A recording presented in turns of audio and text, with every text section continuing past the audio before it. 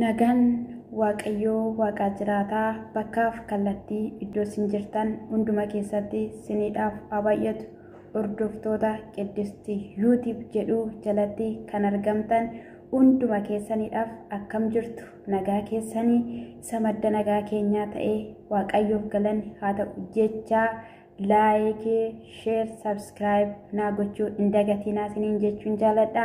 Na jajjabeessaa akkasumallee hundumti keenya iyyuu walaa jajjabeessinu siniin jechuun jaaladha. Gooftaan sinaa eebbisu.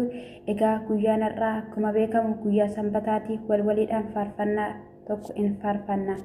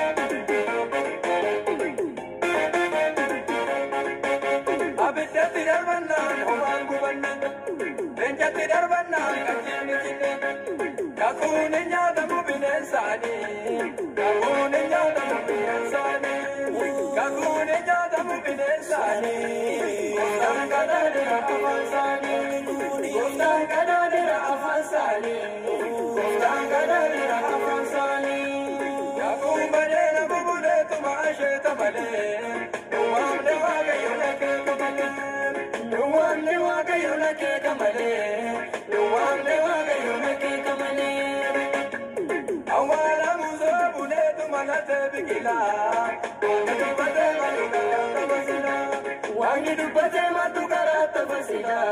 Wangi dubbate matu karata fasida. Wangi dubbate matu karata fasida. Wangi dubbate. Wanti waaqayyo namaaf kakate karaa irratti nafu waaqayyo siif kakatee jira yoo jiraateera ta'e namni waaqayyoon hin kakanneefis hin jiru garuu kakuukee kan karaatti hambisu hin jiru siif raawwata afaan diina keetii qabachiisee afaan goomataa qabachiisee kakuukee waaqayyo siif raawwata jabaadhaan siniin jedha gooftaan sinaa eebbisu bakka jirtan tayyaanni gooftaa siniidhaaf haa baay'atu shaaloom lammii koo gooftaan sinaa eebbisu.